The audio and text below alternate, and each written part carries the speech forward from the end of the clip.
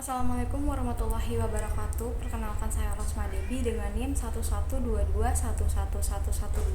Di sini saya akan menjelaskan mengenai materi budaya organisasi.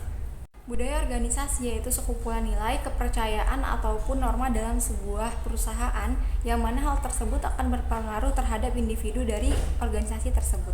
Budaya organisasi ini akan menjadi pedoman bagi anggotanya dalam pengambilan sebuah keputusan. Ada 4 elemen utama budaya organisasi. Yang pertama adalah nilai inti.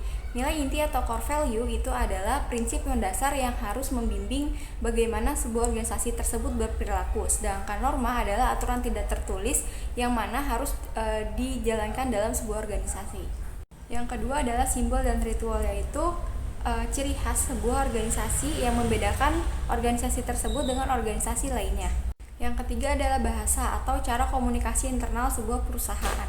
Yang terakhir adalah cerita atau mitos. Ini bisa menjadi sebuah prestasi besar perusahaan yang sudah berkembang sejak lama. Budaya organisasi memiliki tujuan yang pertama adalah untuk menyatukan anggota. Dengan menyatukan berbagai anggota di dalam sebuah perusahaan menjadi tim, itu akan meningkatkan produktivitas dari perusahaan tersebut. Yang kedua adalah menjadi pembeda. Menjadi pembeda ini seperti budaya organisasi yang kuat dalam sebuah perusahaan itu akan menjadi pembeda perusahaan tersebut dengan perusahaan yang lain. Yang ketiga menjaga stabilitas, dan yang terakhir adalah sebagai alat pengendali. Budaya organisasi yang kuat itu akan menjadi pengendali sebuah perusahaan tersebut untuk lebih berkembang lagi. Budaya organisasi sangat penting. Yang pertama adalah untuk meningkatkan kinerja sebuah perusahaan. Dengan adanya budaya organisasi yang tercipta di dalam sebuah perusahaan itu akan meningkatkan produktivitas dan juga kinerja para anggotanya. Yang kedua adalah meningkatkan lingkungan kerja yang positif. Dengan adanya lingkungan kerja yang positif atau positive vibes dalam sebuah perusahaan, itu akan meningkatkan kinerja dari karyawannya tersebut. Yang ketiga adalah adaptasi terhadap perubahan. Dengan adanya budaya yang selalu berubah, itu akan meningkatkan motivasi kerja dari sebuah perusahaan tersebut. Yang terakhir adalah pengembangan kepemimpinan. Pemimpin itu memiliki peran penting dalam sebuah perusahaan. Bagaimana pemimpin memiliki gaya kepemimpinan yang baik dan juga memotivasi karyawannya. Budaya organisasi memiliki 4 jenis. Yang pertama adalah budaya yang kuat, budaya yang lemah, budaya yang hierarkis, dan juga budaya yang inovatif. Budaya yang kuat itu adalah budaya organisasi yang sudah melekat dan juga norma-norma tersebut dipatuhi oleh anggotanya. Sedangkan budaya yang lemah itu budaya kebalikan dari budaya yang kuat, yaitu anggotanya tersebut tidak mematuhi peraturan yang ada sehingga produktivitas perusahaan itu bisa menurun. Budaya yang inovatif itu budaya yang memiliki kreativitas yang tinggi dan juga inovasi yang terus-menerus berkembang. Sedangkan budaya yang hierarkis itu budaya yang memiliki aturan yang ketat sehingga anggota dalam sebuah perusahaan tersebut bisa tidak nyaman dengan adanya budaya yang ada. Ada beberapa faktor yang sebagai penentu atau pembentuk budaya organisasi. Yang pertama adalah peran pemimpin. Peran pemimpin seringkali menjadi acuan utama dalam sebuah organisasi, yang mana gaya kepemimpinan yang dibentuk itu bisa menentukan sebuah organisasi tersebut berjalan dengan baik atau tidak. Yang kedua, sejarah dan tradisi. Dengan adanya pencapaian ataupun prestasi perusahaan itu bisa mempengaruhi budaya organisasi yang ada. Yang ketiga adalah tuntutan eksternal. Pengaruh dari lingkungan eksternal itu seringkali mempengaruhi budaya organisasi.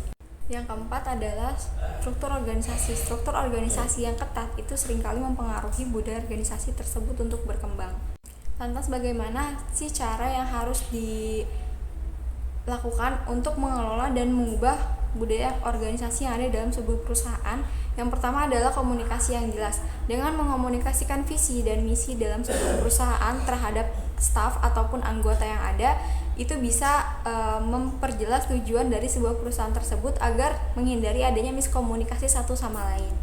Yang kedua adalah dengan adanya pelatihan dan pengembangan. Pelatihan dan pengembangan ini sangat diperlukan karyawan ataupun pegawai dalam sebuah perusahaan untuk meningkatkan produktivitas perusahaannya, juga untuk meningkatkan SDM yang ada dan juga budaya organisasi yang ada dalam sebuah perusahaan. Yang ketiga adalah keteladanan kepemimpinan. Pemimpin itu akan menjadi acuan anggotanya dalam sebuah perusahaan, di mana pemimpin ini harus menjadi teladan dan konsisten untuk menerapkan nilai-nilai budaya yang ada di dalam perusahaan tersebut.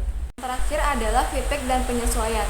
Budaya tersebut harus disesuaikan dan juga dievaluasi untuk mengikuti perkembangan baik secara internal ataupun eksternal perusahaan yang ada.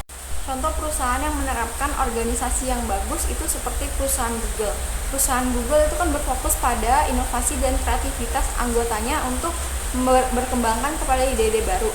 Jadi perusahaan Google ini menerapkan 20% kerja dan 20% lagi untuk waktu mereka lebih berkembang lagi menggali inovasi-inovasi yang ada.